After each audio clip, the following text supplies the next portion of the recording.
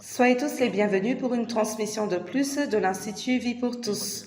Thème général, que celui qui a des oreilles entende. Philadelphie, retiens ce que tu as afin que personne ne prenne ta couronne. Message numéro 4, l'importance de la restauration de la maison de Dieu à Jérusalem. Lecture biblique, Deutéronome chapitre 12, versets 4 à 14, Ezra chapitre 1, versets 1 à 3. Et avant de commencer le message, je ne peux pas ne pas mentionner que nous sommes, premièrement, pour vous qui nous accompagnez, nous arrivons au deuxième jour de la conférence ici à Ribeirão Preto, à Sao Paulo. Et je ne peux pas ne pas dire que le Seigneur a donné réellement un nouveau commencement pour toutes les églises à l'intérieur de Sao Paulo. Et par rapport à cela, la charge pour l'œuvre, les investisseurs du royaume qui donnent le support financier afin que l'œuvre puisse avancer non seulement ici dans ce continent, mais aussi dans d'autres continents qu'on a actuellement, principalement d'Asie. Et en mars, nous devons envoyer plusieurs missionnaires, que ce soit pour l'Asie, Afrique, mais aussi pour d'autres régions. Et grâce à Dieu, nous avons aujourd'hui des frères qui sont des investisseurs du royaume et les églises au sein de Sao Paulo sont des modèles pour cela. Nous avons actuellement 560 quotas de ceux qui participent dans l'investissement du royaume. Et moi, je crois que nous pouvons encore donner plus. Et moi, je crois que plusieurs régions, plusieurs églises n'ont pas encore eu cette perception, mais moi, je crois que le Seigneur va encore augmenter ce quota. Et le point positif est que nous avons déjà commencé il y a quelques mois. Les frères, il y a plusieurs frères qui ont commencé à s'impliquer, qui ont la vision de l'œuvre. Et durant ces derniers 6 mois, nous investissons non uniquement à Estancia, mais nous avons aussi acheté d'autres propriétés pour le CEPEV Jundiaí à Sao Paulo. Et on a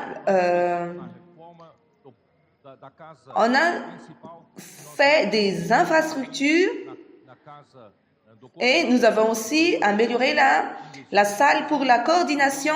Là encore, nous sommes en train d'améliorer la cuisine. Et là, nous allons donc construire un local de réunion afin que les églises aux alentours puissent organiser des réunions, participer à des réunions là-bas. Et nous avons investi plus de 2 millions de reais dans ces délais de 6 mois. Et c'était incroyable pour nous, mais le Seigneur a donné cette quantité d'argent.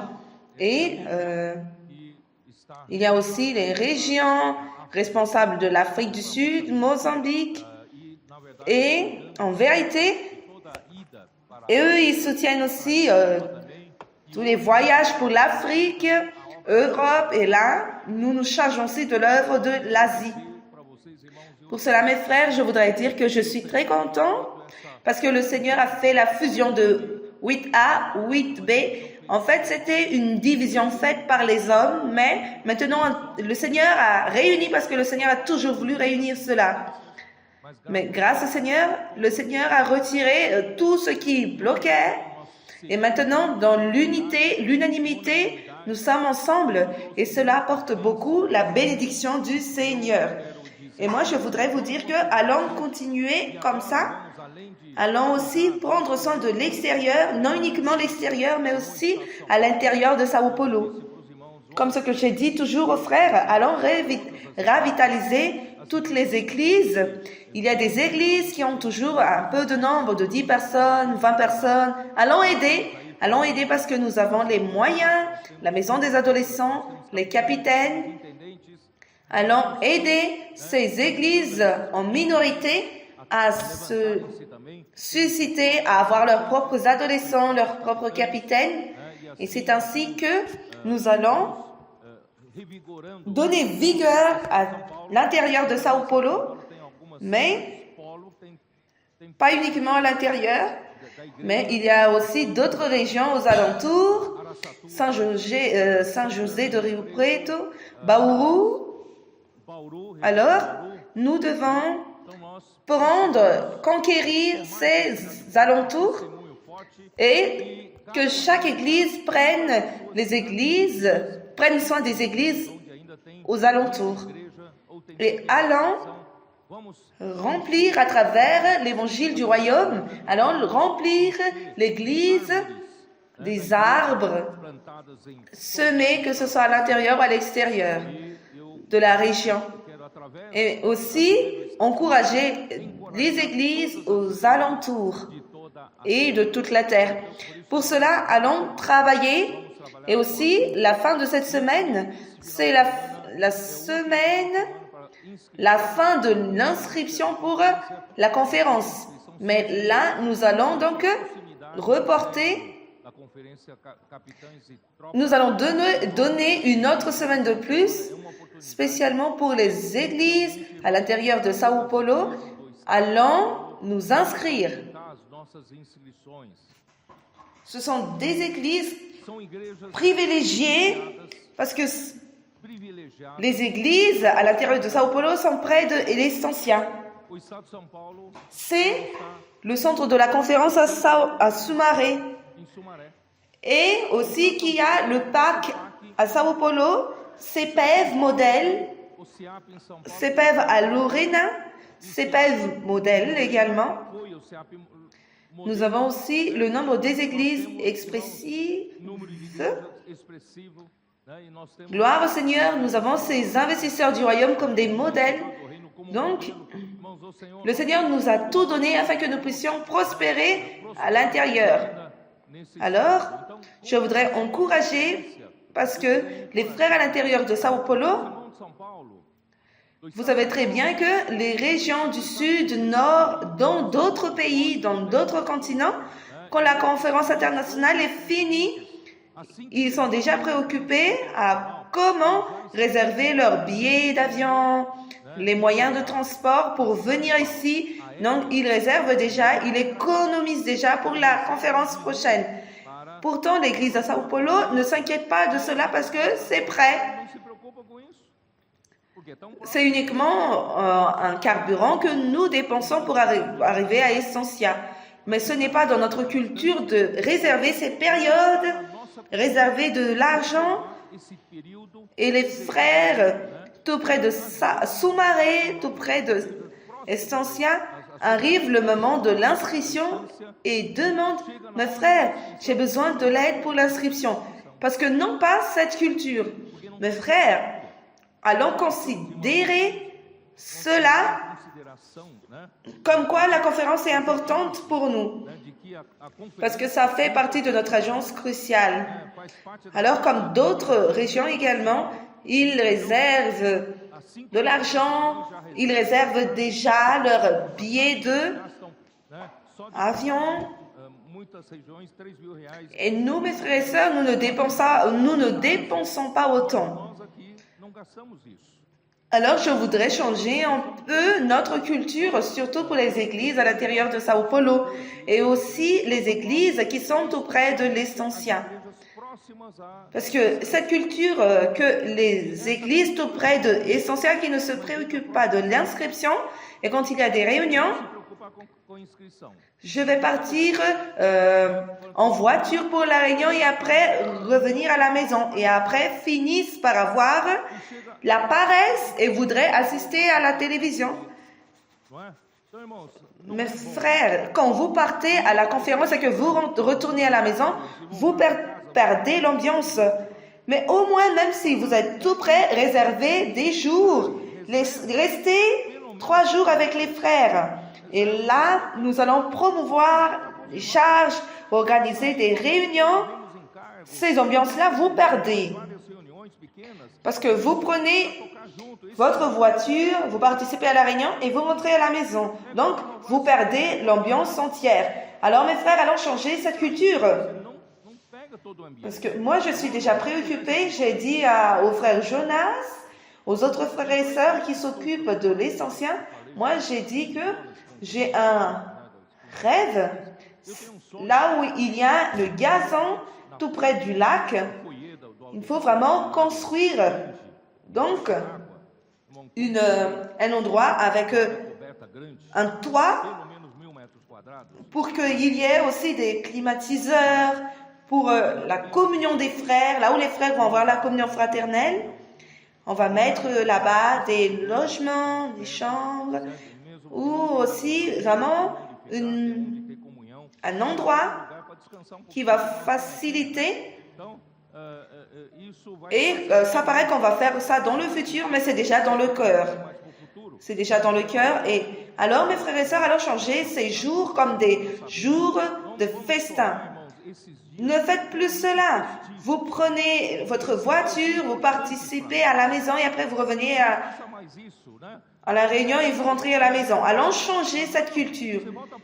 Les églises à l'intérieur de Sao Paulo, allons faire nos inscriptions et ne perdez pas cette fin de semaine. Faites votre inscription. Très bien. En ce qui concerne ce que nous avons dit hier, cela fait partie de la charge. De Philadelphie, le Seigneur a commencé d'une manière très forte à travers des 120 Galilée, illettrés, et la puissance de l'Esprit a pris totalement Jérusalem. La parole sortait avec puissance à travers les apôtres. Et l'enseignement des apôtres était une force motrice pour générer toute l'avance de l'œuvre de Dieu à Jérusalem. Et les signes, les miracles, les prodiges étaient faits par les apôtres. Non pas parce qu'ils ont eu cette puissance. Les apôtres n'ont pas eu cette puissance, mais la puissance était dans l'esprit. Et ce qui mouvemente l'Église, c'est la parole qui apporte l'esprit. C'est pourquoi dans Galates 3, Paul il dit que ce que je voudrais savoir de vous, celui qui vous accorde l'esprit, il vous donne par la pratique de la loi ou bien par la prédication de la foi. Parce que pourquoi il y avait la puissance? Pourquoi les miracles se passaient? Pourquoi l'Église avançait puissamment? C'était à cause de l'écoute de la foi qui accorde l'esprit. Et ce qui accorde l'esprit par la prédication de la foi, c'est le Seigneur. Et ce même Seigneur qui accorde l'esprit, c'est le même qui fait les miracles. C'est écrit dans Galates chapitre 3, verset 5. Donc, grâce au Seigneur pour ce commencement merveilleux qui est un modèle pour nous tous. Parce que ce n'est pas l'homme qui a cette puissance. Parce qu'il n'y avait que 120 Galiléens qui a commencé. Mais quand la parole du Seigneur entre, en d'autres termes, c'est la présence du Seigneur qui entre, c'est l'action de l'Esprit qui s'implique. Et la puissance de l'Esprit est tellement grande que, au premier moment, il y avait déjà 3000 personnes sauvées. Second moment, ça a atteint 5000 personnes. C'est pourquoi, mes frères et sœurs, c'est une chose très, très puissante qui s'est passée. Mais ce n'est pas vraiment ça, ce qui devrait être dit. Mais il y avait des personnes qui étaient à Jérusalem, qui étaient de la circoncision. Ils ont dit, nous ne pouvons pas perdre notre tradition. Parce que au-dessus de la loi de Moïse, il y a la circoncision. nous ne pouvons pas laisser de pratiquer ça. Et cela a amené une seconde phase de la vie de l'Église à Jérusalem. C'était déjà totalement différente de la première phase, là où il y avait l'Esprit qui opérait avec prodige, puissance. Et nous avons perdu la force, vigueur de la vie de l'Église. Et dans Acte 21, il y avait plusieurs convertis, mais tous étaient zélés pour la loi. Et quand vous pratiquez la loi, vous ne dépendez plus de l'Esprit. L'Esprit n'a plus la liberté d'agir, de faire des miracles et reste comme un travail d'un groupe religieux nombreux et l'Esprit a arrêté. Et le Seigneur a utilisé Paul et a avancé dans d'autres nations, dans les terres des païens. Arrivé à Asie mineure, Bithynie, Macédoine, Achaïe, et plus tard, dans le troisième voyage de Paul, il était à Rome et l'évangile a atteint Rome dans le monde occidental. Mais malgré cela, il y avait toujours l'opposition des circoncis à Jérusalem. Et après, il y avait le premier tir de Satan qui a attaqué la parole prophétique et les églises n'avaient plus eu la soif de la parole à Jérusalem. Il n'y avait plus d'espace pour l'apôtre Pierre administrer la parole prophétique. Et petit à petit, Paul également a été persécuté dans ce sens. Arrivé à l'année 60, tout ce qui était à l'Asie, toute l'Asie lui a abandonné. Et arrivé au temps de Jean, à l'année 90, il a tenté de ressusciter cette vigueur de l'Église, mais tout le monde a déjà gagné de position, voulait des disciples, leur espace dans l'Église. Et là, la dégradation a commencé. Il y avait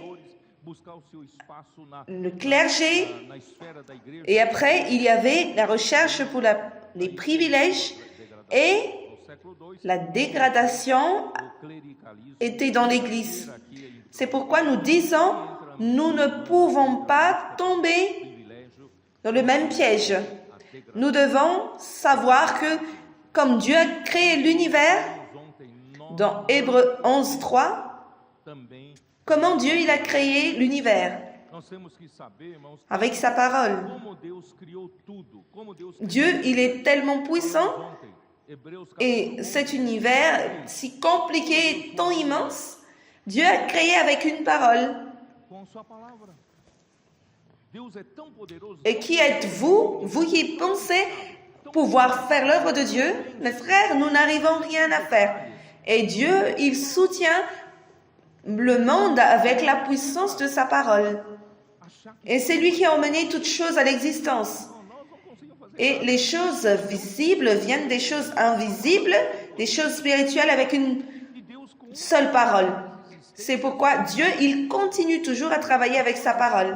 Et nous devons croire en cela, mes frères. C'est la parole qui apporte la puissance pour créer et faire l'œuvre de Dieu. Et grâce au Seigneur, mes frères, notre génération est arrivée. Notre génération, hier, j'ai averti, ne tombez pas dans les méthodes. Dieu nous a donné les moyens.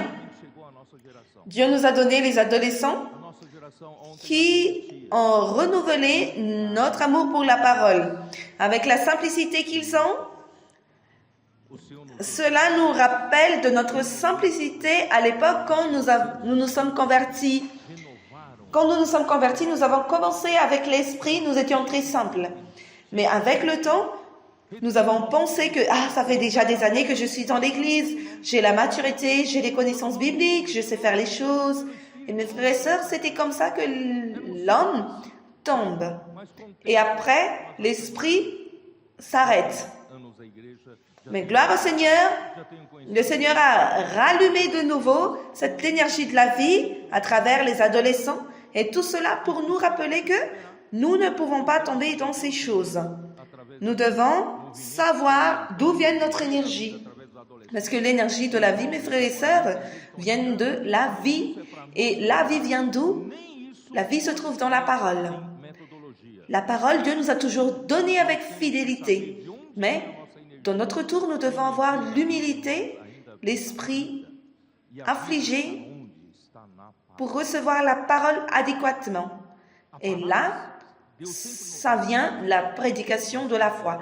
Ce n'est pas écouter d'une manière quelconque, mais écouter diligemment et reconnaître que cette parole apporte l'esprit et c'est l'esprit qui opère les miracles. Alors, depuis le premier jour où nous nous sommes convertis, dans Jean chapitre 3, nous sommes nés de l'esprit et quiconque est né de l'esprit est esprit. Et n'oubliez pas que après être né de l'esprit, vous êtes esprit. Et celui qui a l'esprit doit marcher selon l'esprit. Et comment l'esprit marche? Ce n'est pas selon votre logique, ce n'est pas avec votre connaissance, mais l'esprit est comme le vent qui souffle là où il veut. Vous entendez le bruit, mais vous ne savez pas d'où il vient ni où il va. Et ainsi est quiconque est né de l'esprit. Et en d'autres paroles, dans le Nouveau Testament maintenant, le nouveau chemin, c'est de marcher selon l'esprit et suivre l'esprit. C'est quoi le prochain pas? Je ne sais pas. C'est l'esprit qui sait. Je vous ai dit hier, moi qui étais monté ici hier, je ne savais pas exactement ce que j'allais dire. Mais il faut suivre l'esprit. Alors, ne vous confiez pas en les méthodes. Que vous savez faire les cris de guerre, que vous savez appeler les adolescents, ce n'est pas ça. C'est l'esprit qui fait toute la différence. S'il n'y a pas l'esprit, s'il y a les méthodes, sans l'esprit, cela ne fonctionne pas. Mais nous devons toujours revenir à l'esprit, laisser la liberté à l'esprit, parce que c'est l'esprit qui opère les miracles au milieu de nous. C'est très bien. Allons maintenant entrer dans le message, sinon on n'aura pas le temps de finir. Donc, premièrement, laissez-moi parler un peu, parce que nous sommes en train de traiter les 7 lettres aux 7 églises, et nous sommes arrivés à Philadelphie. Mais, je vais faire un résumé très rapide. Apocalypse, jetez un coup d'œil. Apocalypse chapitre 1, 11. Dans le verset 10, Dieu dit, Jean dit, je fus ravi en esprit au jour du Seigneur, et j'entendis derrière moi une voix forte, comme le son d'une trompette, qui disait, ce que tu vois, écris-le dans un livre et envoie-le aux 7 églises. À Éphèse, à Smyrne, à Pergame, à Thyatire, à Sardes, à Philadelphie et à l'Odyssée. Alors, 7 églises existantes à l'époque de Jean, dans l'Asie mineure. Il y avait 7 églises et toutes les lettres décrivent les situations de chaque église. Et dans le livre d'Apocalypse, est un livre prophétique. Et c'est un livre prophétique parce que c'est cette lettre qui est écrite aux 7 églises à l'Asie mineure ont des contenus prophétiques. Alors, les 7 lettres des 7 églises décrivent toute l'histoire de l'église, depuis sa naissance jusqu'à ce que le Seigneur revienne, la fin de cette ère, d'accord? Alors, allons regarder l'église à Éphèse, rapidement. L'église à Éphèse représente l'église au 1er siècle. Parce que comme on dit, l'église a été née de la puissance de l'esprit, dans Actes, croissait puissamment, persévérait dans l'enseignement des apôtres sous le leadership de Pierre, jusqu'au jour où Pierre a été opposé par ceux qui ne voulaient pas laisser la loi, avec le leadership de Jacques. Mais d'un autre côté aussi, Dieu a suscité Paul pour prêcher l'évangile aux païens, suscitant des églises à Syrie où étaient Antioche, Cilicie, Asie mineure, Galate, Achaïe, Macédoine et Rome aussi. L'Église croissait puissamment à travers le ministère de Paul.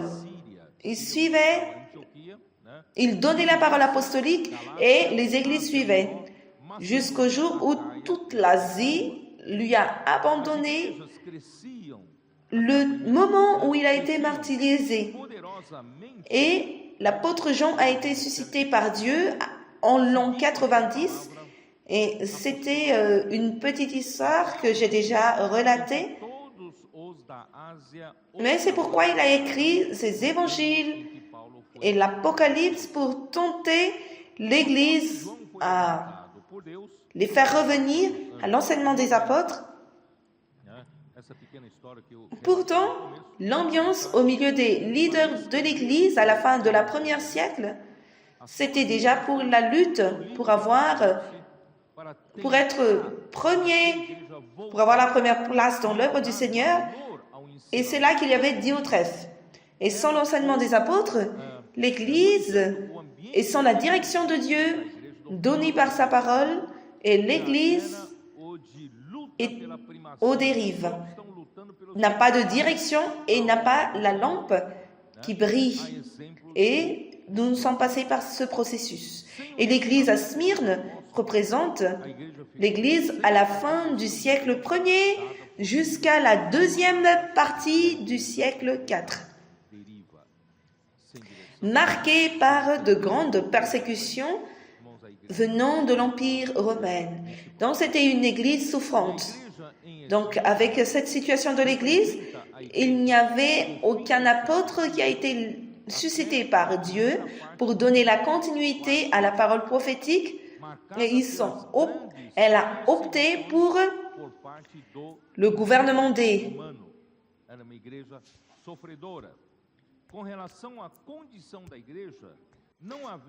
pour les évêques, et il n'y avait plus que le gouvernement humain.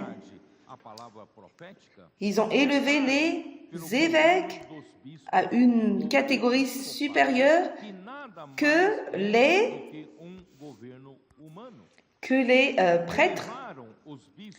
Et dans la Bible, l'évêque signifie un superviseur.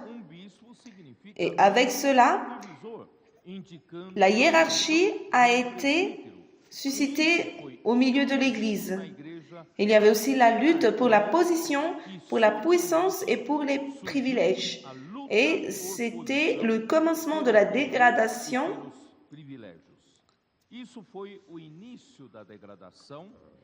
Parce qu'il y avait l'autorité humaine. Et c'était les évêques qui ont assumé la responsabilité des apôtres. Et sans la parole prophétique des apôtres, et aussi avec l'amour pour les richesses, tout cela se sont installés au milieu de l'Église. Et l'Église, c'est ça l'histoire de l'Église à Smyrne. Vous devez voir, mes frères, que quand il n'y a plus la parole des apôtres, pourtant l'Église a besoin de la direction. Et qu'est-ce qu'ils ont fait? Allons nous unir, nous qui sommes dans le leadership de l'Église. Et l'enseignement de Paul et dans l'enseignement de Pierre, c'était eux qui étaient le leader des églises. Mais ce qui s'est passé, les églises même ont choisi leur leader. Alors il y avait des évêques, mais les évêques sont devenus supérieurs. le chef. Et cela n'est pas biblique.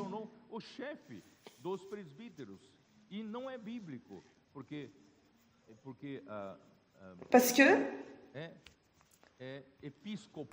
et quand il y a la hiérarchie au milieu de l'Église, mes frères, c'est quoi le résultat? Qu'est-ce que vous en pensez? Il commence à avoir des disputes. Pourquoi lui? Pourquoi pas moi? Moi aussi, je voudrais. Et moi qui viens d'une petite ville,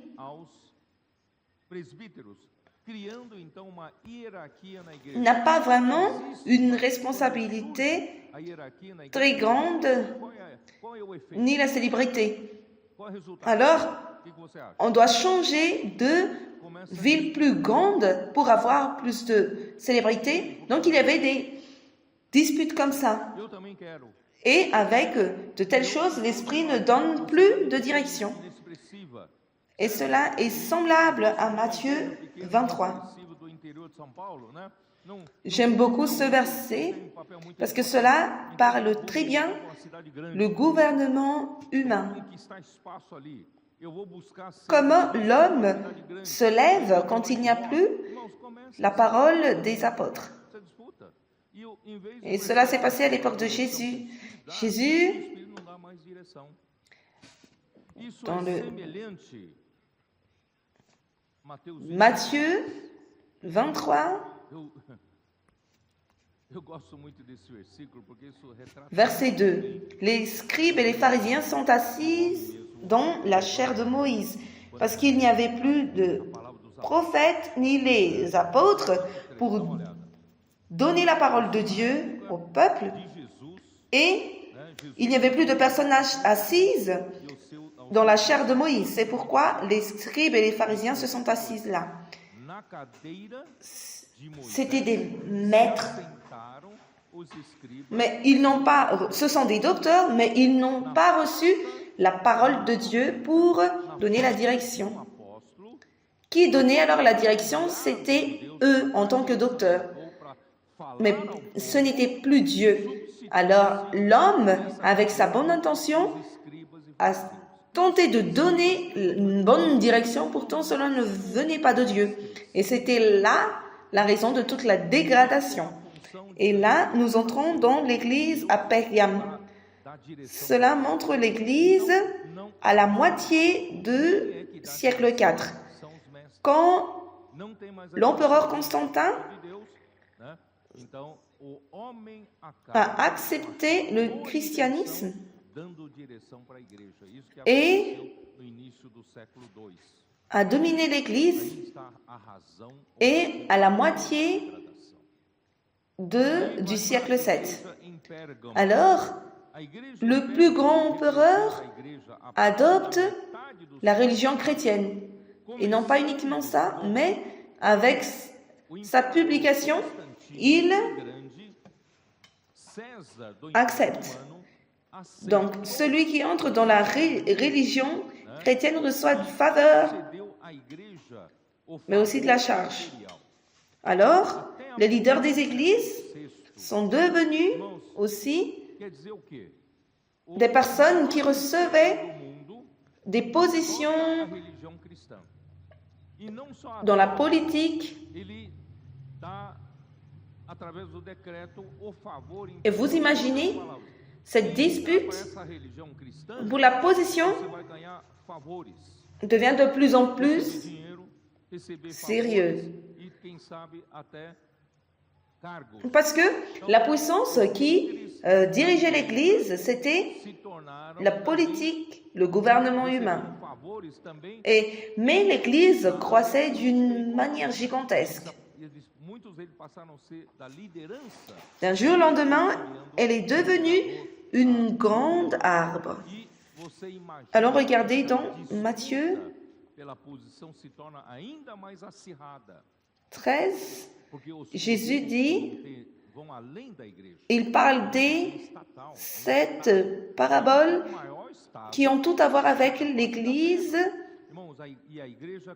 dans l'Apocalypse, les 7 églises. Alors regardez dans le Verset 31. Il leur proposa une autre parabole. Et il dit, le royaume des cieux est semblable à un grain de sénévé qu'un homme a pris et semé dans son champ. C'est la plus petite de toutes les semences, mais quand il a poussé, il est plus grand que les légumes et devint un arbre, de sorte que les oiseaux du ciel viennent habiter dans ses branches. Alors mes frères, ici, on parle d'un grain de sénévé. Pourtant, cette grain, c'est une plus petite semence, mais qui est devenue un arbre très grand, que même les oiseaux du ciel viennent habiter dans ses branches. Parce que cela montre que c'est une chose qui n'est pas positive. Parce que lorsque la parole de Dieu parce qu'on parle dans Matthieu, là où il parle de la parabole du semeur, les oiseaux qui sont venus pour prendre les semences viennent du malin. Alors, ici, ces oiseaux se réfèrent au malin. Alors, l'Église a perdu sa sainte nature et est devenue une Église mondaine. Au moment de l'Église à Pergame. Et après, nous avons l'Église de Thyatire. L'Église à Thyatire représente l'Église à la moitié du siècle 7. Excusez-moi, je n'ai pas encore fini de lire l'Église à Pergame. L'Église arrive à la moitié du siècle 7, lorsqu'on a établi les papes. Donc, ce n'était plus suffisant d'avoir des prêtres, mais au milieu des plusieurs prêtres qui se sont surgissent, il faut aussi mettre à notre degré les cardinals, après les cardinals, les papes. Et après, il est devenu un seul pape. Donc, à cette époque, il y avait une croissance anormale de l'Église, l'Église qui a perdu sa nature sainte, qui est devenue une Église mondaine. Et l'Église à Thyatire représente l'Église à la moitié du siècle 7 et existera jusqu'à la fin de cette ère. Et la condition de l'Église était tellement déplorable parce que la parole de Dieu, qui avait la responsabilité de gouverner l'Église, a été substituée par l'enseignement de Jézabel. Ici, ça se trouve dans Apocalypse chapitre 2, verset 20.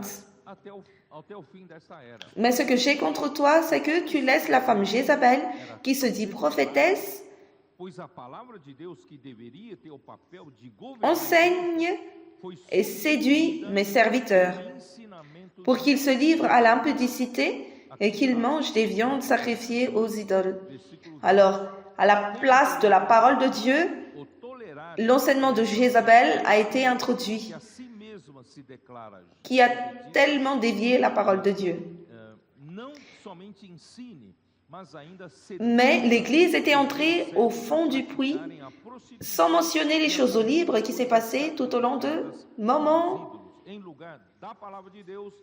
L'Église, il n'y avait que la lutte pour l'argent, et il y avait aussi les baptêmes des enfants. Il y avait beaucoup de choses horribles qui se sont passées. Et cela ici est décrit dans Matthieu 13. Matthieu 13, 33, qui dit, il leur dit cette autre parabole. Le royaume des cieux est semblable à du levain qu'une femme a pris et mis dans 3 mesures de farine jusqu'à ce que la pâte soit toute levée. Donc, il y avait... Qui est cette femme et c'est quoi ce levain? Cette femme, c'est Jézabel Et ce levain, c'est quoi? Qui sait? Dans 1 Corinthiens 5, pour avoir un peu de lumière,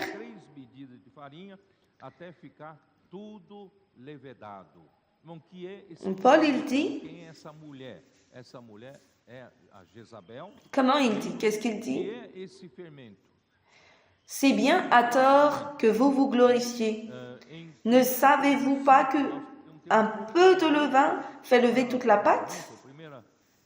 Faites disparaître le vieux levain afin que vous soyez une pâte nouvelle, puisque vous êtes sans levain, car Christ notre Pâque a été immolé.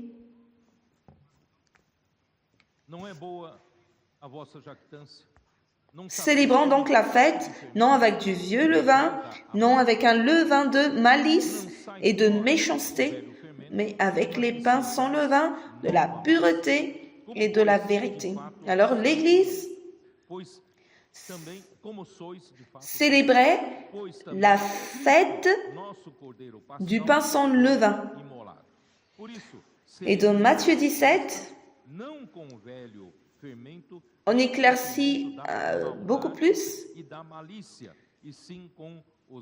Matthieu 17, 6.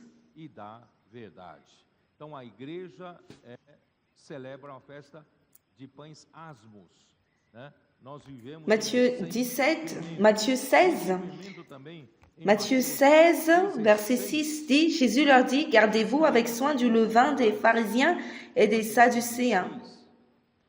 Les disciples raisonnaient en eux-mêmes et disaient, c'est parce que nous n'avons pas pris de pain. Dans le verset 11, comment ne comprenez-vous pas que ce n'est pas au sujet de pain que je vous ai parlé? Gardez-vous du levain des pharisiens et des sadducéens. Alors, ils comprirent que ce n'était pas du levain du pain qu'il avait dit de se garder, mais de l'enseignement des pharisiens et des sadducéens. Mes frères, ce levain que cette femme a introduit dans l'église à Thyatire, c'était l'enseignement de Jézabel. On a beaucoup falsifié la parole de Dieu, que cela a emmené l'église à la fin au fond du puits. Et l'église de Sardes montre l'église protestante à la moitié du siècle, à la moitié du siècle XVII, depuis la Réforme jusqu'à la fin de notre ère. Et avec la fabrication des papiers, l'Église, dans l'Église et aussi dans tout le monde entier, la Bible est devenue accessible à tout le monde. Et la vérité par rapport à la justification de la foi a libéré beaucoup de personnes de l'aveuglement. Alors, l'Église a été restaurée. Pourtant, cela n'a pas dépassé beaucoup, mais elle a toujours continué avec les doctrines de Nicolaïtes et il y avait les systèmes de clergé et des laïcs. Jusqu'à maintenant, c'est encore pratiqué. Mais aussi la doctrine de Balaam, qui est de servir Dieu pour de l'argent ou un but lucratif, et ceux qui servent pour le salaire finissent par faire la volonté de ceux qui payent le salaire. Et après, il y avait beaucoup de dénominations appelées églises. Il y avait beaucoup de groupes formés qui défendaient une vérité déterminée, une pratique déterminée, ou aussi des groupes qui louaient des serviteurs de Dieu dans le passé. Donc, les dénominations se sont multipliées au temps de l'église de Sardes. Et maintenant, l'église de Philadelphie, nous arrivons maintenant à celle qui nous intéresse. Parce que l'église à Philadelphie, c'est une église de l'amour fraternel. qui comprend ce que Dieu il veut et que Dieu a besoin d'elle pour faire sa volonté. Le processus de la restauration de cette Église commence au siècle XIX et est toujours consolidée jusqu'à maintenant. Alors, elle est responsable pour achever cette ère et ramener le Seigneur pour prendre possession de la terre. Mais maintenant, allons parler de l'église à Laodicée. C'est une église qui a accompagné le processus de la restauration de l'église à Philadelphie. C'était hier ou non? Ou avant-hier, vendredi la nuit, on a dîné. J'ai demandé aux frères qui étaient avec moi à table. J'ai dit, selon vous, qu'est-ce qu'on a besoin pour savoir, connaître une église à l'Odyssée et comment elle a fait surface? Alors, je voudrais dire une chose comme ça. L'église de l'Odyssée, c'est une église qui a besoin de faire surface pour arriver à l'église de Philadelphie. Parce que avant que l'église à Philadelphie ne fasse surface, il y a d'abord un processus à suivre. Comment l'église à Philadelphie a vu les erreurs qui étaient pratiquées à l'époque et que le Seigneur veut nous libérer de ces erreurs pour que nous puissions avancer. Alors, les autres qui ont vu cette vérité, il y en avait. Mais je voudrais commenter que c'était la raison pour laquelle l'Odyssée est née parallèlement avec l'église de Philadelphie. Et elle n'est pas formée avec ceux qui ont pris la connaissance de l'œuvre de l'Esprit de restaurer l'église. Pourtant, elle donnait plus de valeur à la connaissance de la lettre, des opinions, et se confiait dans sa propre capacité et ne se confiait pas à la puissance de l'Esprit. La parole d'hier, mes frères, c'était pour vous réveiller. Ne vous confiez pas à votre capacité, mais confiez-vous totalement à la puissance de l'Esprit. Sinon, nous allons tomber à l'Odyssée. Vous connaissez les vérités pour restaurer et susciter Philadelphie, mais vous préférez vous confier en votre capacité. Alors, la caractéristique de l'église à Philadelphie, à l'église de l'Odyssée, c'était l'arrogance. Pourtant, l'Odyssée a fait surface avec Philadelphie. Donc, elle a commencé au siècle XIX et va exister jusqu'à la fin de cette ère. Mais bon, je vais revenir rapidement à Acte 7, là où Étienne a parlé dans son discours pourquoi le peuple de Dieu s'est éloigné de la ligne de Dieu et le peuple d'Israël aussi s'est éloigné de la ligne de Dieu et tout ce qui se passe avec le peuple d'Israël se passe aussi au milieu de l'Église. Donc, ici dans le discours d'Étienne, il parle de quoi? Il parlait d'Israël qui a perdu sa terre parce qu'il a été rendu en captivité. Il y avait le royaume du Sud, Juda, et après le royaume du Nord, c'était Israël.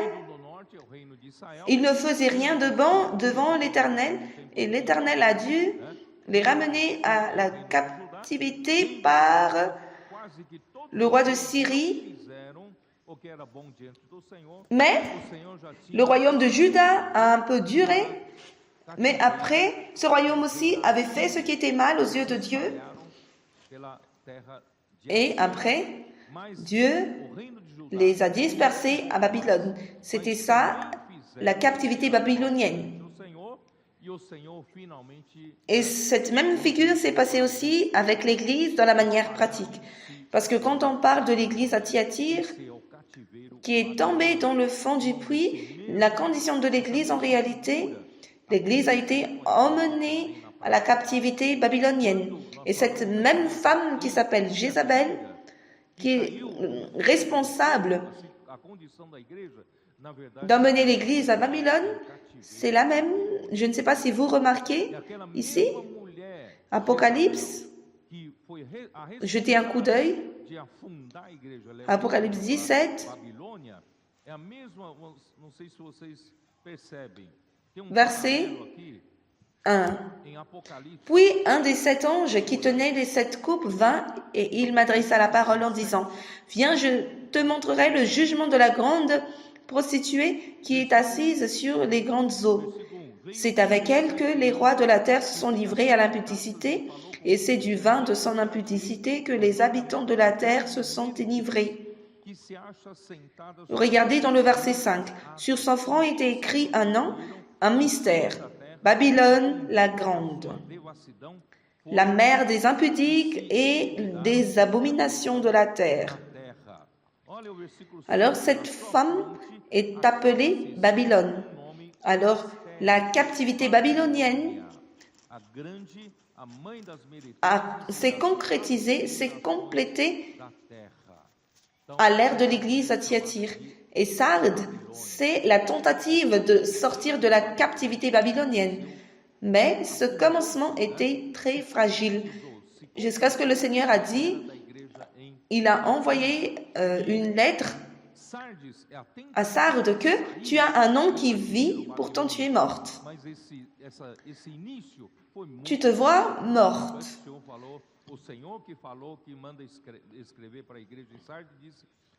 C'est pourquoi, mes frères, je vais continuer à lire, la captivité babylonienne du peuple d'Israël s'est passée parce que Israël n'a pas donné écoute à la parole de Dieu transmise par les prophètes que Dieu a envoyés. Et après a commencé avec la désobéissance de Moïse, Apocalypse 10, Apocalypse, Actes, excusez-moi. Por meio dos profetas enviados por Deus, iniciando com a desobediência a Moisés. Isso está em Apocalipse 7, versículo 35. Dá uma olhada. A este Moisés, Acte 7, 35. Ce Moïse qu'il avait renié en disant, qui t'a établi chef et juge. C'est lui que Dieu envoya comme chef et comme libérateur. Quand vous entendez que Dieu a envoyé quelqu'un, ce quelqu'un va parler pour Dieu parce que Dieu lui a autorisé. Alors ils ont demandé, qui t'a établi chef et juge? C'est lui que Dieu envoya comme chef et comme libérateur, avec l'aide de l'ange qui lui était apparu dans le buisson. C'est Dieu qui donne l'assistance, c'est Dieu qui donne la puissance à ce que Moïse puisse faire l'œuvre de Dieu. C'est lui qui les fit sortir d'Égypte en opérant des prodiges et des miracles au pays d'Égypte, au sein de la mer Rouge et au désert pendant 40 ans. C'est ce Moïse qui dit aux enfants d'Israël, « Dieu vous suscitera d'entre vos frères un prophète comme moi. » Qui est ce prophète que Dieu a promis de susciter? Pour le peuple d'Israël, c'était Jésus. C'est lui, ce Moïse, lors de l'assemblée au désert, étant avec l'ange qui lui parlait sur la montagne de Sinaï, et avec nos pères, reçu Ce Moïse, il a reçu quoi? Il a reçu des paroles vivantes, des oracles vivants, pour nous les donner. Moïse n'a jamais dit ses propres paroles. Il a dit tout simplement la parole vivante qu'il a reçue de Dieu à transmettre au peuple. Regardez dans le verset 39. Nos pères ne voulurent pas lui obéir. Ne pas vouloir obéir à Moïse, c'est ne pas obéir à Dieu.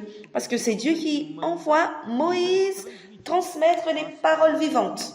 Et ces paroles, les paroles que Dieu voudrait transmettre au peuple de Dieu, c'est nous maintenant l'Église qui représente cela. Ce ne sont pas des paroles de doctrine, ce sont des paroles vivantes qui nous donnent la vie, la direction, favorisent la circulation de vie, qui favorisent la communion de vie.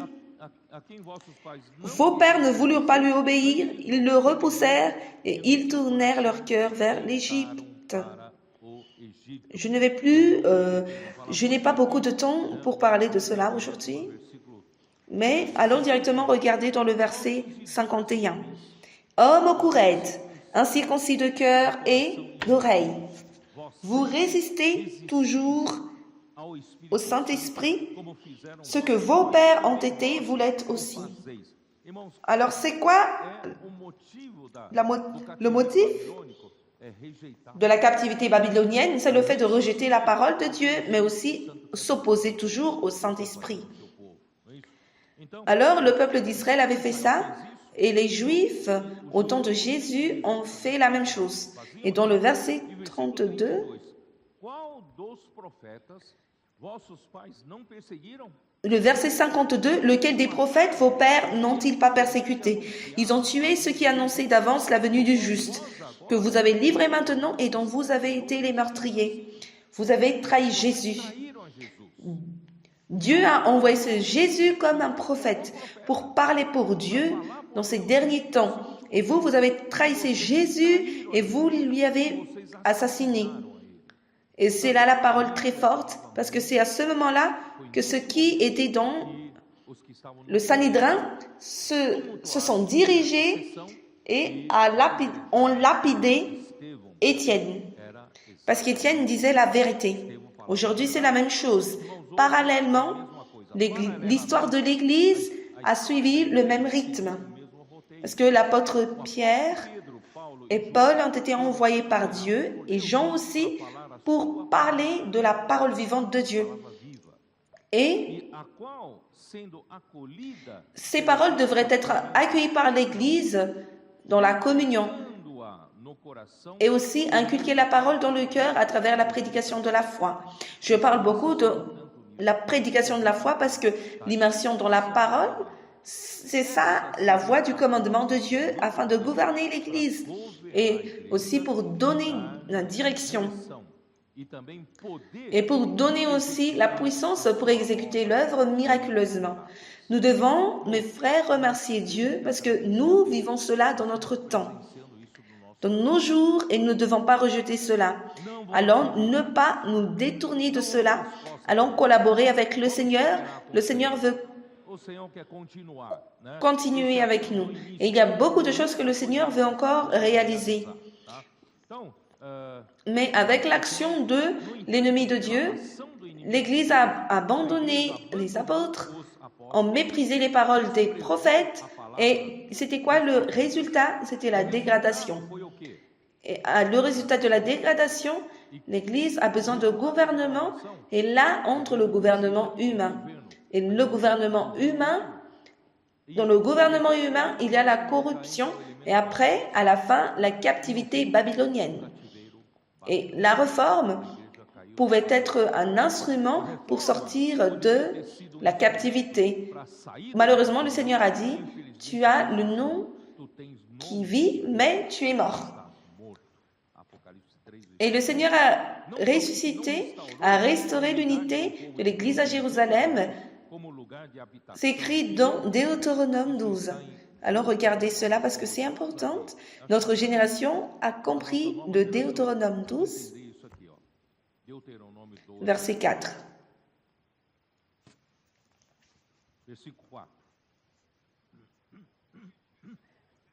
Parce que dans le verset 1 à 3, Dieu il dit, vous allez entrer dans la bonne terre de Canaan. Et le peuple que vous allez chasser, ce sont des nations païennes. Ils adorent des dieux, des faux dieux. Ils ont fait la sculpture des dieux, fait des bois Et dans le verset 4, em qualquer lugar. Dieu il dit, vous n'allez pas Mas vocês não adoram adorer deuses falsos. un Dieu comme Vocês ça. adoram a um único Deus. Au verset 4, il dit, vous n'agirez pas ainsi à l'égard de l'Éternel votre Dieu. C'est-à-dire, adorer un Dieu créé par les mains, Uma boa árvore des e bois, adorar embaixo da árvore. Não. en faisant des offrandes devant un autel. Mais Dieu c'est lui, le Dieu vrai, et c'est lui qui détermine le lieu où l'adorer. Dans le verset 4, vous n'agirez pas ainsi à l'égard de l'Éternel votre Dieu, mais vous le chercherez à sa demeure. Et vous irez au lieu que l'Éternel votre Dieu choisira parmi toutes vos tribus pour y placer son nom.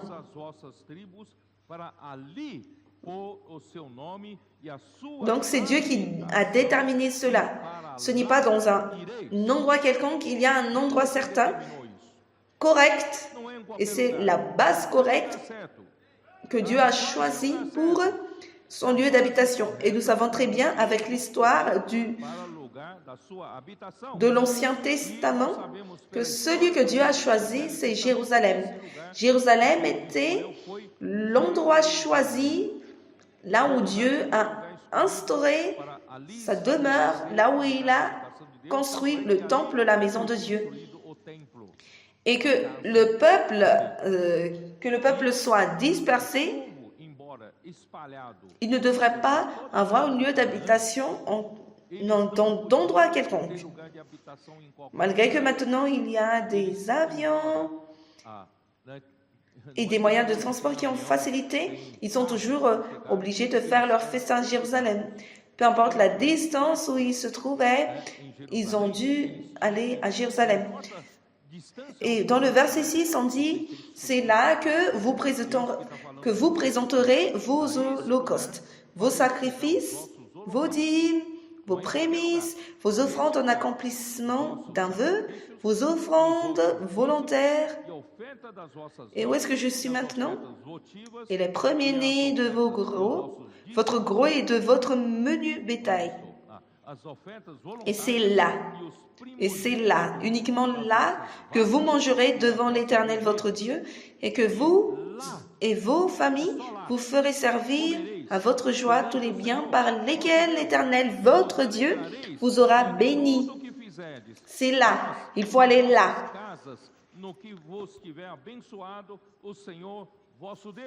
Vous n'agirez donc pas comme nous le faisons maintenant ici, où chacun fait ce qui lui semble bon. Ce qui me semble bon, je suscite une dénomination. Celui qui me semble bon, je vais donc susciter une congrégation. Non, ce n'est pas comme ça, mes frères. L'Église a une base correcte. Il y a ce que Dieu a déterminé. Et ce que Dieu a déterminé, c'est l'unité de tout le peuple de Dieu. Et cela maintient l'unité des 12 tribus d'Israël. Si Dieu n'a pas fait ça, après un moment, chaque tribu aura sa direction. Et il y aura 12 nations. Mais à cause de cela, ils se sont conservés pour être une seule nation. Et l'unité d'Israël est déterminée à Jérusalem, là où Dieu a établi sa demeure. Et maintenant, c'est la même chose. L'Église n'a qu'un seul endroit où aller.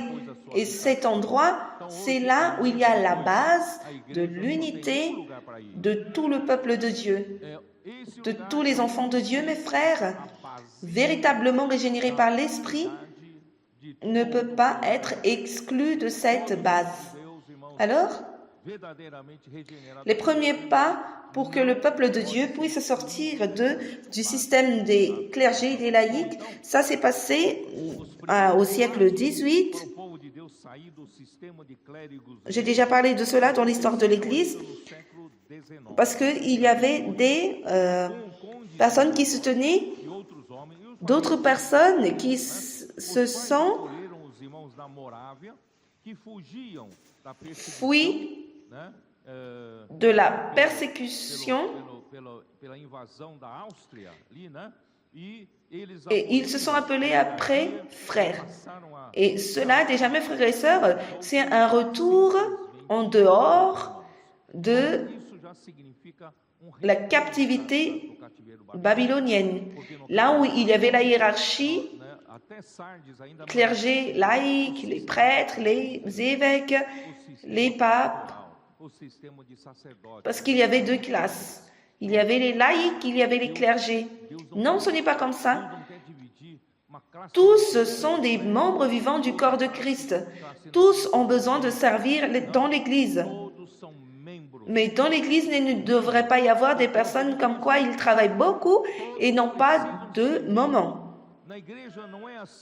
Et après, contribue tout simplement à travers les offrandes.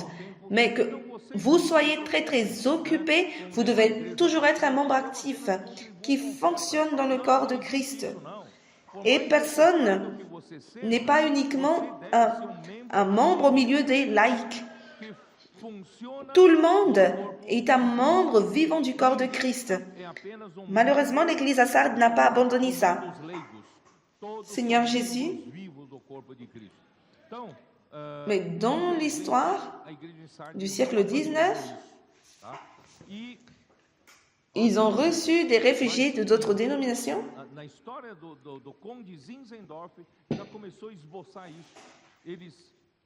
Mais après, il n'y avait plus cette hiérarchie, ils se sont appelés frères.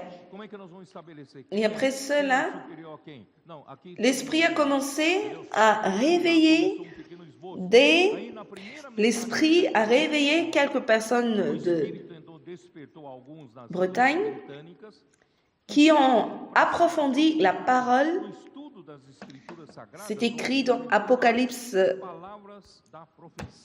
Qu'est-ce que Apocalypse chapitre 1, verset 1 dit?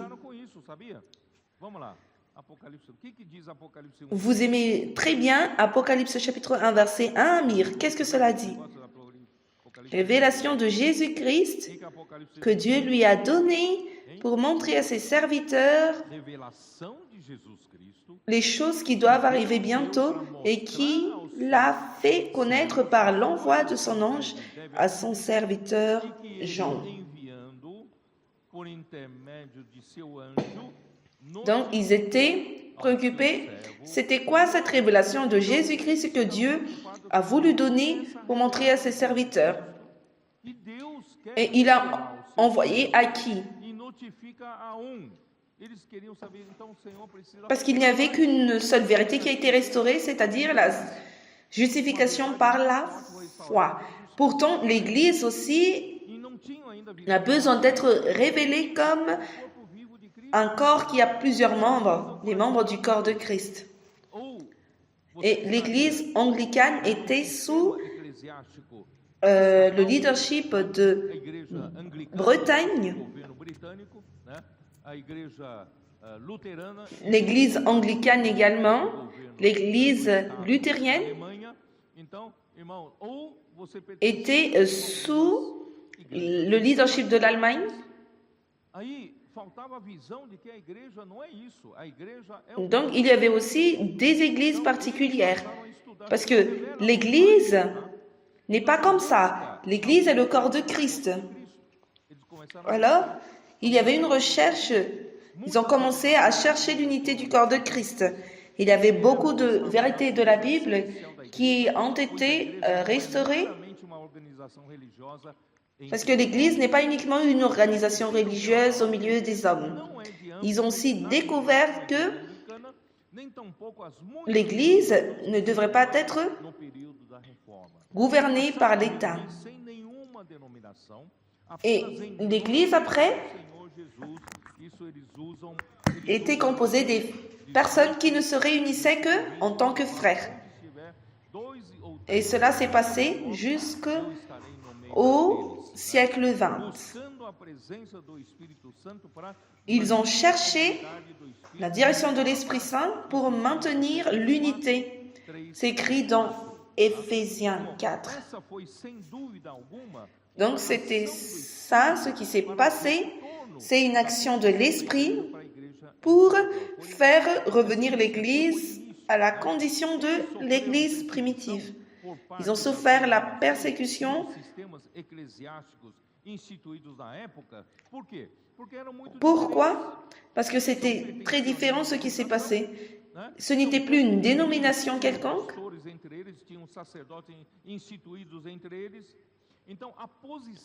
Alors, la position que l'Église a prise par ses frères était bizarre à ceux qui voyaient. Et c'était comme ça aussi notre commencement, ici à Ribeirão-Preto. Quand vous avez commencé, beaucoup de personnes ont trouvé cela étrange. Les gens nous demandent, vous venez de quelle dénomination? Nous n'avons pas de dénomination parce que les gens se réfèrent au nom de l'Église. L'Église n'a pas de nom et tout et tout. Aujourd'hui, on ne fait plus cela. Faites tout simplement le viens et vois. Ils vont vivre la réalité de l'Église, d'accord? Alors, mes frères, les gens nous regardent. Vous n'avez pas de dénomination, vous n'avez pas de sacrificateurs, vous n'avez pas des pasteurs, vous n'avez pas des leaders. C'est un troupeau sans berger.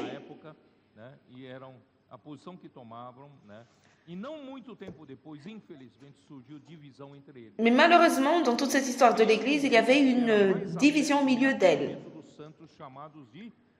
Et il y avait aussi des frères qui ont fait surface, appelés des frères au vert, à cause de la réalité qu'ils ont vue.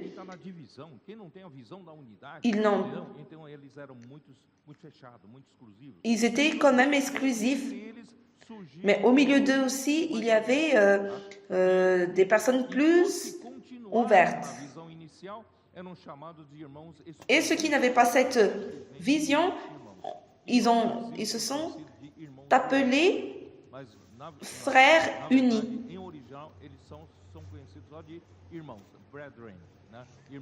Et il y avait d'autres qui ont fait aussi surface, appelés frères uniquement. Malgré cela, il manquait toujours une chose. Alors, au commencement du siècle XX, Watchmani a été suscité par Dieu pour donner continuité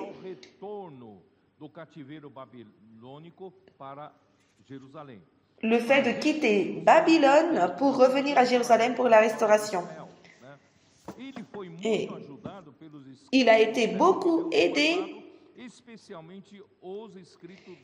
par les écrits des frères unis. Lui également, il a constaté ce qui manquait aux frères. Il a constaté que les frères donnaient attention à une unité idéaliste d'une église spirituelle, mais il manquait encore l'unité de l'église dans chaque ville. Watchmani a écrit cela dans l'orthodoxie des églises, un livre qu'il a écrit. Et il y avait toujours un manque de l'église, un manque de l'unité de l'église. Et dans le Nouveau Testament, qu'est-ce que nous voyons? Nous voyons que l'église n'avait pas de nom. Mais les frères qui se sont réunis à Jérusalem, ils faisaient partie d'une église, l'église à Jérusalem. Les frères qui se réunissaient à Antioche étaient appelés les frères à l'église d'Antioche. Et la même chose, l'église à Éphèse, l'église à Smyrne. Donc, dans une ville, il n'y avait pas l'église A, l'église B. Il n'y avait qu'une seule église. C'est ça, la vision que Watchmani a vue. Et lui, il a tenté de pratiquer cela à Chine. Et quand l'Église traite d'une province plus grande qu'une ville, la Bible parle au pluriel. Par exemple, les églises de l'Asie, les églises en Judée.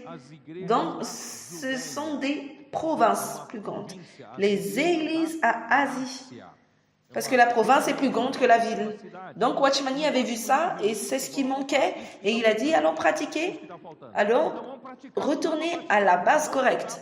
Alors, l'unité qu'il avait vue, l'unité de l'Église catholique romaine, il avait une organisation organisée par l'humain, par l'humain. Et l'unité pratiquée par les frères était une union idéaliste. Et les autres frères, les frères unis, qui étaient appelés les frères ouverts, ils se sont optés pour une administration qui est tombée dans une église de congrégation ou de communauté chrétienne. Est-ce que vous constatez cela? C'est aussi une base qui n'est pas correcte. Alors, mon groupe de réunion, c'est une congrégation. Nous sommes indépendants et il y a aussi une autre congrégation et c'était ça le chemin de la congrégation. Ce n'est pas un chemin correct. Et les frères étaient utilisés par l'Esprit Saint pour libérer l'Église de la hiérarchie.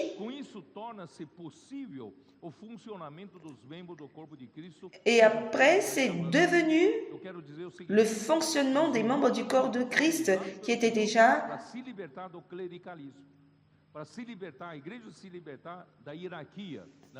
un moyen pour libérer l'Église de la hiérarchie. Et après cela, les membres du corps de Christ ont fonctionné. Ça, c'est un grand avancée. Mais après cela également, et Watchmani nous a montré la vision de l'unité de l'Église. Et après, c'est devenu possible d'avoir la base correcte, que tous les enfants de Dieu dans chaque ville sont inclus dans l'Église. Et je ne sais pas, mes frères, si vous avez compris. Moi, je pense que les adolescents ni les jeunes qui n'ont pas participé dans notre époque, c'est important que vous sachiez que pourquoi nous nous appelons Église à Ribeirão-Preto. Pourquoi? Parce que nous avons pris la base de l'unité, la base qui inclut tous les enfants de Dieu qui sont à Ribeirão-Preto. Vous comprenez? Ici à Ribeirão-Preto, il peut y avoir dénomination A, B, C, D et plusieurs dénominations encore. Et nous ne devons pas nous réunir ici à la base comme un groupe exclusif uniquement pour nous. Nous devons nous réunir dans la base que Dieu a choisie comme un lieu d'habitation pour l'unité des enfants de Dieu, du peuple de Dieu. Et cette base à Jérusalem, mes frères, c'est la base de l'unité qui inclut tous les enfants de Dieu dans chaque ville. Alors, en réalité, tous ceux qui sont véritablement régénérés par l'Esprit, qui habitent ici à Ribeirão-Preto, fait partie de l'Église à Ribeirão-Preto. Et avec cela, mes frères, la question de représentativité. Quand vous êtes dans une base non divisée, qui unit tous les enfants de Dieu dans cette ville, Dieu alors, quand il veut parler à l'Église, il donne la lettre au vrai destinataire. Parce que si Dieu veut écrire une lettre à l'Église à Ribeirão-Preto, il va donner à dénomination A ou à B ou à C ou à D. À qui il va donner? Il va donner aux anges de l'Église à Ribeirão-Preto. et qui est l'ange de Ribeirão Preto, des églises à Ribeirão Preto. Ce sont les messagers qui transmettent la parole reçue par Dieu, de Dieu. Et ce ne sont pas uniquement ceux qui sont réunis ici dans ce local, mais pour tous les enfants de Dieu réunis à Ribeirão Preto. Est-ce que vous remarquez? C'est ça la base de l'unité à Jérusalem, où Dieu a envoyé tout le monde à cette base. Personne ne peut faire ce qui lui semble bon. Il faut être dans le lieu où Dieu a choisi, a établi, c'est cela le lieu de l'unité. Et là, il y a le retour à Jérusalem. C'est là qu'a commencé le retour à Jérusalem. Et la pratique de cette vision, c'est ce qui a favorisé la publication du roi Cyrus à quitter Jérusalem pour retourner à Jérusalem. Regardez dans Ezra, chapitre 1. Senhor Jesus, vamos lá. Irmão, Deus é tão maravilhoso, tão Seigneur maravilhoso. Jésus, Deus levanta um rei. mes frères, Dieu est tellement merveilleux Com o judeu, que na verdade parce que Dieu, conquistou o império babilônico. Dieu, il a suscité Babilônico é que un roi des Perses o cativeiro. qui n'a rien à voir avec les Juifs. Ele não tinha nada que Et en vérité, il a conquis l'empire babylonien. muitos anos antes já mencionou o nome dele, sem Pourtant, c'est là que s'est passée la captivité ele foi de Juda. Mais Dieu a réveillé son esprit. decreto. Et Dieu, en réalité, Querem voltar e restaurar Jerusalém e reconstruir o templo. Dieu lui a Olha essa utilisé, coisa maravilhosa. Aqui diz, il a été réveillé par Dieu no primeiro ano de pour rei da Pérsia, para que se faire cumprisse a une palavra publication de Deus pour tous ceux qui veulent despertou retourner à Jérusalem et construire le temple. Regardez dans le verset 1, la première année de Cyrus, roi de Perse, afin que s'accomplisse la parole de l'Éternel prononcée par la bouche de Jérémie. rei da Pérsia, L'Éternel réveilla l'esprit de Cyrus, roi de Perse, qui fit faire de vive voix et par écrit cette publication dans tout son royaume. Ainsi parle Cyrus, roi des Perses. L'Éternel, le Dieu des cieux, m'a donné tous les royaumes de la terre, et il m'a commandé de lui bâtir une maison à Jérusalem en Juda. que é de todo o seu povo, seja seu Deus com ele. Pra Dieu a réveillé le roi de Perse pour cela. Qui d'entre vous est de son peuple? Ele é o Deus que habita em Jerusalém. Que son Dieu soit avec lui et qu'il monte à Jérusalem en Juda et bâtisse la maison de l'Éternel, le Dieu d'Israël. C'est le Dieu qui est à Jérusalem. Já tinha sido, né? O povo já tinha sido Alors levado montez. por 70 anos. E são 70 Je anos. trouve que ce n'est pas facile parce qu'il y avait 60 ans de captivité. São pelo menos 2 gerações. Para 3 Tout le gerações, monde avait certo? en exil, Se estabeleceu avait déjà beaucoup de choses. Se- Pendant 60 ans. seus filhos, 60 ans, c'est toute une vie. você já Dans tem 60 ans, lá sua- ça inclut 2 générations, 3 générations. seu negócio Donc, ils se sozinho sont établis à Babylone. Como é que é? Les enfants étaient déjà nés, ou aussi les petits-enfants. Negócio na- Ou lojinha, né? déjà, il y avait aussi les entreprises, Eu tenho o seu commerce. né? E você vai largar tudo e ir para Des logements, Não tem infraestrutura, não tem nada. des boutiques. É um deserto, tudo em ruínas. Você voltaria? Et vous allez tout laisser pour retourner à Jérusalem. Quantas pessoas voltaram? Il n'y a pas d'infrastructure. D'infrastructure. Servos e servas Il n'y avait que désert. que foram juntos, Retournerez-vous? não chega. Est-ce que vous savez combien de personnes est retournées? Certamente havia milhões Si on accumule no cativeiro tout, babilônico. et aussi les Lévites qui étaient venus, ça n'atteint même pas les 50 000. Parce que certainement, il y avait des millions E reconstruir captivés à Babylone. Mais il n'y avait que 50 000 qui se sont retournés. Mais ces 50 000 qui étaient retournés de Babylone à Jérusalem, ils ont reconstruit le temple. Certainement, mes frères, ils ont fait une grande chose. C'était quoi? La représentativité. La représentation que là-bas à Jérusalem, ils ont rétabli la nation d'Israël. Il peut être une minorité, mais ils ont construit, et cela, je vais encore expliquer plus tard. Mais les 7 lettres que le Seigneur a ordonné à Jean d'écrire,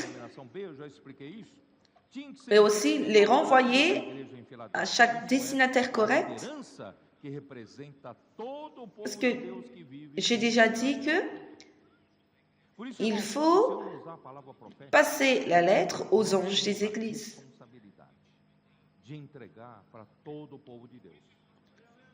Et alors, mes frères, quand Dieu nous donne la parole prophétique, nous avons la responsabilité de remettre cela à tout le peuple de Dieu. Pourquoi nous sortons dans les rues? Pourquoi nous portons les livres de la révélation de ce que le Seigneur nous a donné dans les rues? Pour prêcher l'évangile du royaume dans les rues. Parce que le contenu de la lettre n'est pas uniquement pour nous, mais le contenu des lettres aussi sont pour et aussi pour les autres qui font partie de l'Église.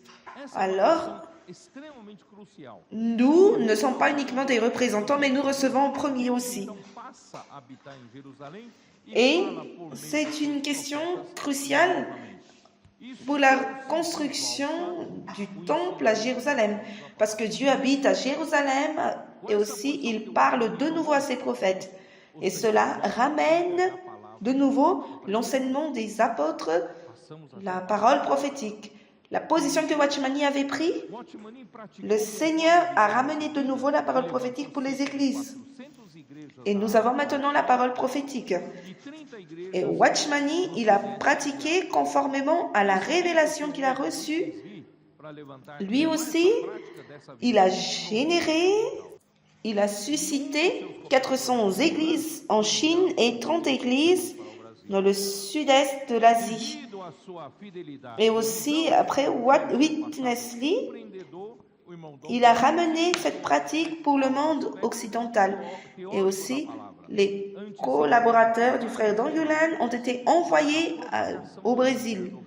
Suite à sa fidélité et aussi à son passé, le frère Dong n'a pas uniquement été fidèle à la théorie de la parole, mais aussi il a eu des moyens pour la propagation de l'Évangile, incluant cela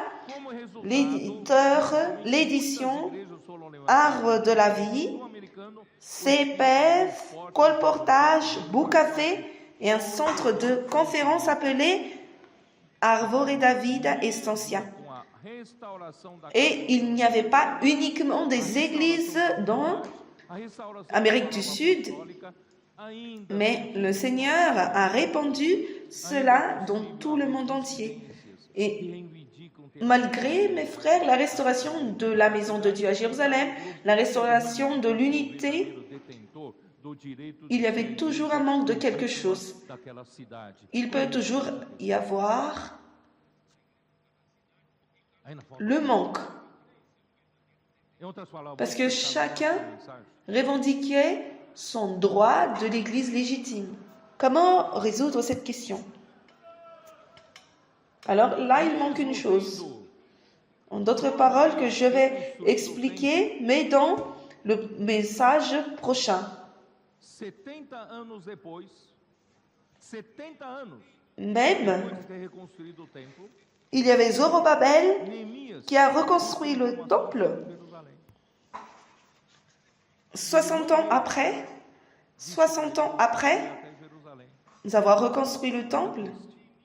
Néhémie, il a cherché des informations concernant Jérusalem. Et son frère lui a dit, j'étais à Jérusalem, mais c'est triste. C'est en ruine.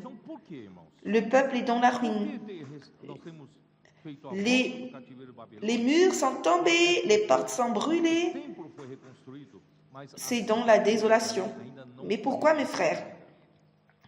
E a cidade de Jerusalém não Pourquoi ser reconstruída por falta dos On quitte Babylone parce que le temple a été reconstruit, mais não tendo muros, irmãos. la ville de Jérusalem n'a pas été encore reconstruite. É terra de ninguém Alors, ainda. La ville n'a pas été encore reconstruite parce qu'il n'y avait pas les murs. Et Tobias, s'il n'y a pas les murs, mes frères, il n'y a pas de gouvernement. dão ordem, C'est une terre de entendeu? personnes, Tá tudo em abandono ainda. des étrangers, des Sanballat, des Tobias Ele falou pro rei, né? Artaxerxes, entrent et donnent leur ordre, entrent et sortent. falou um dia, Donc c'est une terre abandonnée. Et Néhémie a pris la charge. Il a dit au roi uma Artaxerxes, coisa tá te preocupando. Falou de fato, il a dit, roi, o meu povo le roi qui lui avait demandé un jour, pourquoi tu es triste? Tu ne m'as jamais servi em ruínas. avec tristesse. Triste com isso. Qu'est-ce qui se passe? Tu es préoccupé. Il a dit, Pediu perdão, mon peuple, ele pediu licença, Jérusalem, est dans la ruine. autorização, Je suis triste avec ça. tá o quê? Il pleurait pour ça. Construiu os muros. Demandez pardon, Seigneur, pour ça.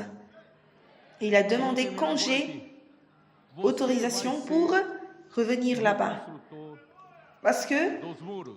il y a un besoin de Irmãos, reconstruction de murs.